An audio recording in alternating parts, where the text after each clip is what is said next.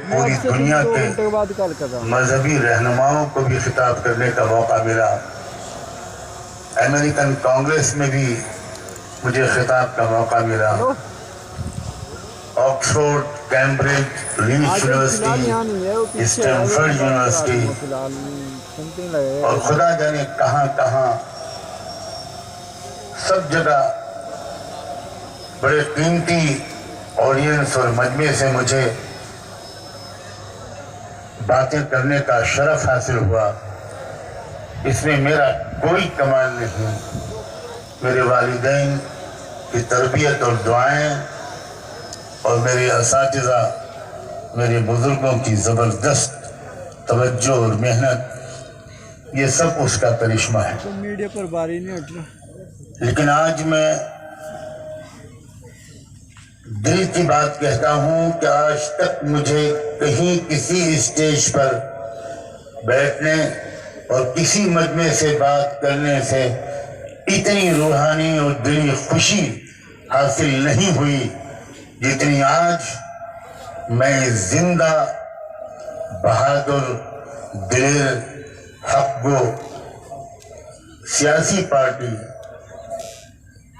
Social democratic party of India کے اس stage پر اس کے عظیم نوجوان، بہادر، حوصلہ مند کارکنوں کے سامنے اپنے دل کی کچھ بات کہنے کی وجہ سے جو خوشی پا رہا ہوں وہ مجھے نہیں یاد ہے، بلکہ میں یقین کے ساتھ کہہ سکتا ہوں کہ اس سے پہلے ایسی خوشی مجھے کبھی نہیں ملی.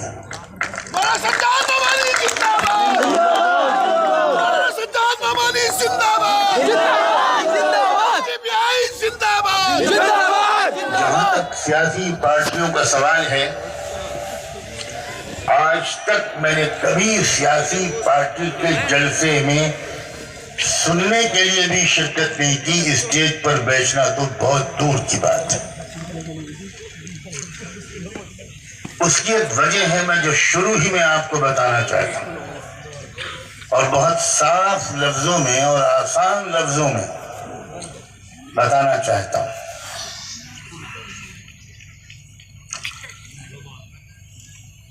آزادی سے 10-11 سال پہلے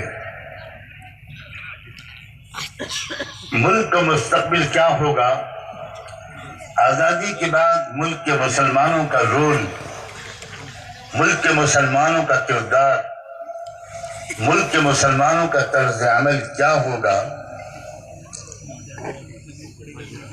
اس وقت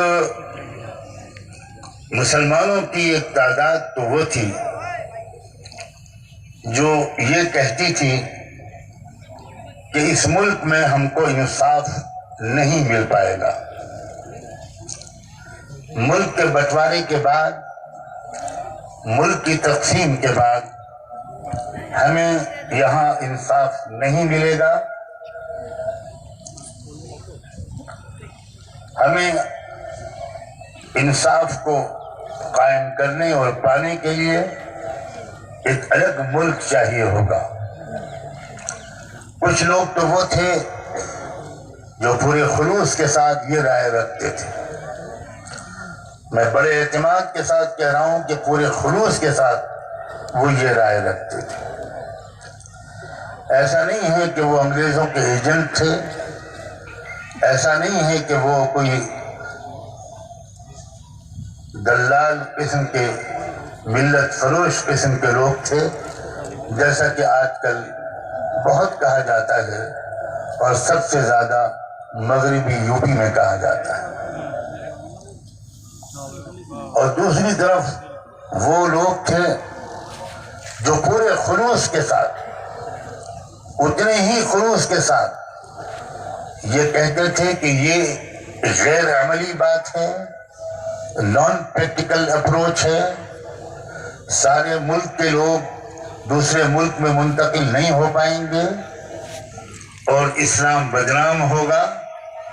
آپ اسلام کے نام پر ملک بنائیں گے لیکن اسلام پر عمل نہیں کر سکیں گے.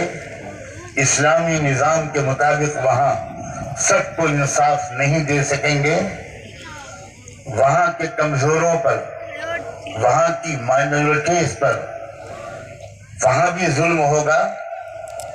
یہاں جو ظلم ہوگا مائنورٹیز پر ہو، کرسچنز پر ہو، مسلمانوں پر ہو، سکھوں پر ہو، او بی سیز پر ہو، شیڈول کاسٹ پر ہو، وہ سب ہوگا۔ ہم بھی مانتے ہیں کہ یہ سب ہوگا، اس کا بہت خطرہ موجود ہے، لیکن وہ اسلام کے نام پر نہیں ہوگا، اس سے اسلام بدنام نہیں ہوگا۔ لیکن اسلام کے نام پر اگر آپ کوئی الگ ملک بنائیں گے تو وہاں جو ظلم ہوگا، وہاں جو برائیاں ہوں گی، وہاں جو ناانصافیاں ہوں گی، وہ اسلام کے نام پر ہوں گی اور اس سے اسلام بدنام ہوگا۔ اس وقت جو لوگ، ہمارے جو بزرگ، ہمارے جو اکابر اور محسنین، وہ سب کے سب بہت عظیم لوگ تھے۔ ان میں دو رائے چلتی تھی، یعنی وہ لوگ جو یہ کہتے تھے کہ ہمیں کوئی ملک دوسرا اسلام کے نام پر نہیں چاہیے، ہم بھارت میں ہی رہیں گے، ان میں دو رائے والے بزرگ تھے ہمارے۔ میں چاہتا ہوں کہ آپ لوگ اس بنیاد کو سمجھیں، اس فلسفی کو سمجھیں جس کے تحت میرے اندازے اور بلکہ علم کے مطابق social democratic party of India بنائی گئی ہے۔ معاف کیجیے گا، مجھے کوئی ایسی بیماری ہے جس کی وجہ سے میرا منہ بہت سوکھتا ہے، بہت ڈرائنس آف ماؤتھ ہوتا ہے، مجھے بار بار پانی پینا پڑتا ہے۔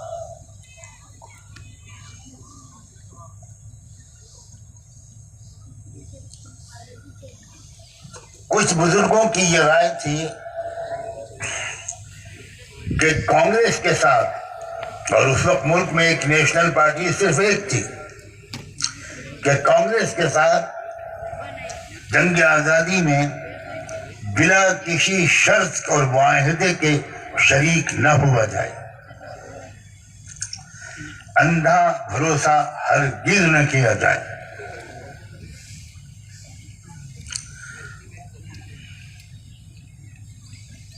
بلکہ پہلے ہم اپنی ایک پولیٹیکل پارٹی بنائیں جس میں ملک کے دوسرے کمزور طبقوں کو بھی برابر کا حصہ دیں، ان کے حق کے مطابق ان کو حصہ دیں، عزت کے ساتھ اس پارٹی میں ان کو شامل کریں،